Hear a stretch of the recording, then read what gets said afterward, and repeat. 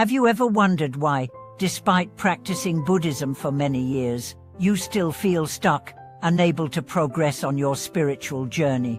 Do you find yourself frustrated, unable to make meaningful changes, despite your dedication? Welcome back to the channel, everyone. I'm your friend, Shahud. Today, we are going to talk about an important Buddhist teaching that is often overlooked, the four reliangas, as taught by the Buddha in the Nirvana Sutra. These four reliangas are not just guidelines for advanced practitioners, they are essential principles that can help us navigate the complexities of Buddhist practice and avoid the common pitfalls that prevent progress. The four reliangas are essential because they serve as a compass on the path to enlightenment, especially in today's world where we are constantly bombarded by distractions, differing opinions, and confusing teachings. They are simple yet profound teachings that help us avoid the traps of superficial practice and deepen our understanding of the Dharma. The first of the four reliangas is, rely on the Dharma, not on persons.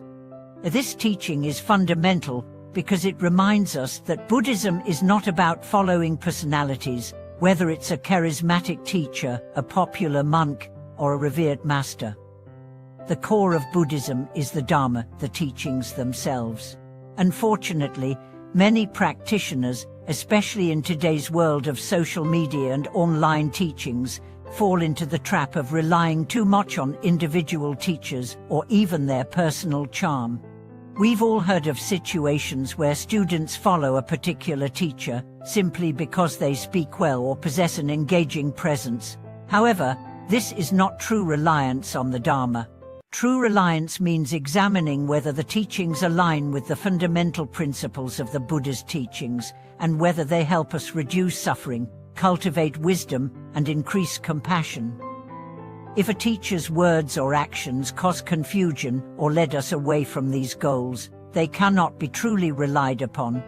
In the Buddha's time, even he warned his followers not to simply follow him because of his appearance or charisma. He often said, "Do not believe in anything merely because you have heard it, but test it yourself." In the same way, we must be cautious not to blindly follow any teacher or practice. Instead, we should rely on the Dharma itself, always questioning, reflecting, and testing whether the teachings truly led us towards liberation. The second reliance is, rely on meaning, not on words. This is a powerful teaching in today's world, where many practitioners get caught up in the superficial aspects of Buddhist practice, reciting mantras, memorizing sutras, or performing rituals. While these practices are important, the true essence of Buddhism lies in understanding the meaning behind them. For example, we may repeat mantras like Dom Mani Padme Hum or recite the Heart Sutra thousands of times, but if we fail to reflect on the meaning of these words, they remain empty. It's not the quantity of recitation that matters, but the quality of our understanding and how these teachings manifest in our daily lives. Consider the case of a young practitioner who became obsessed with the number of mantras he could recite every day. He believed that the more mantras he recited, the quicker his problems would be solved. But as time went on, he realized that despite the vast number of recitations, his inner turmoil and emotional struggles remained. It wasn't until a fellow practitioner pointed out that he was focusing too much on the ritual and not enough on the deep meaning behind the mantras that he began to see progress. This teaching reminds us that it's the insight we gain through understanding the meaning of the teachings that leads to real transformation. The words themselves are vehicles for understanding, but without comprehension, they lose their power. The third reliance is, rely on wisdom, not on knowledge. Wisdom, or prajna, is the direct insight into the nature of reality. Knowledge, on the other hand, is the accumulation of facts and information. While knowledge is useful, it is not sufficient for awakening.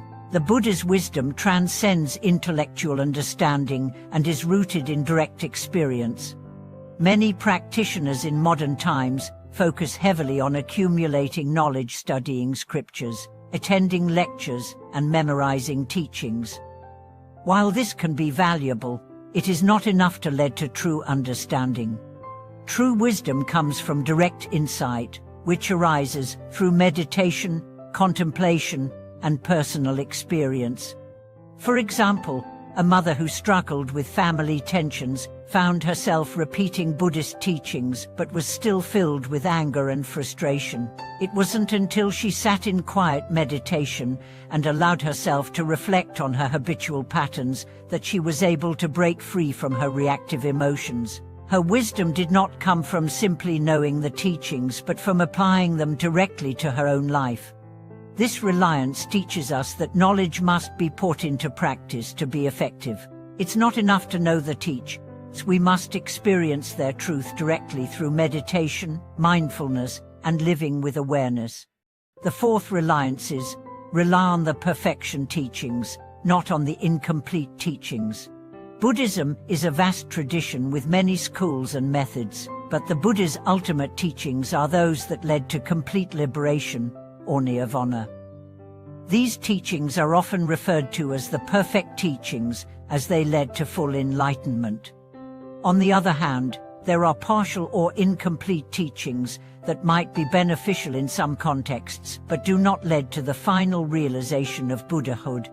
In practical terms, this means that we must be discerning about which teachings we follow.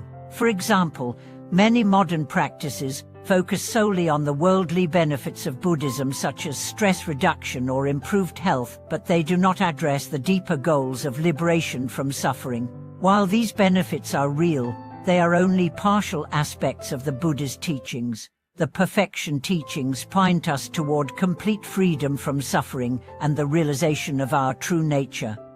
A practitioner who is primarily interested in achieving material success through Buddhist practice may find temporary relief, but without understanding the deeper teachings of impermanence, non-attachment, and emptiness, they are likely to remain stuck in the cycle of craving and suffering. True reliance on the perfection teachings leads to awakening to the true nature of reality. If you find yourself feeling stuck in your practice, it might be helpful to reflect on the four relyingers. Are you relying too much on external teachers rather than the Dharma itself? Are you caught in the superficiality of words and rituals rather than understanding their deeper meaning? Are you focused more on accumulating knowledge than cultivating wisdom? And are you practicing incomplete teachings that address only partial aspects of your spiritual development? Thank you for watching this video.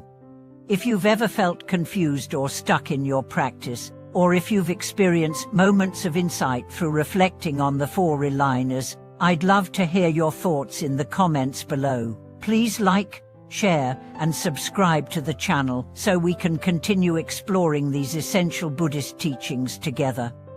See you in the next video.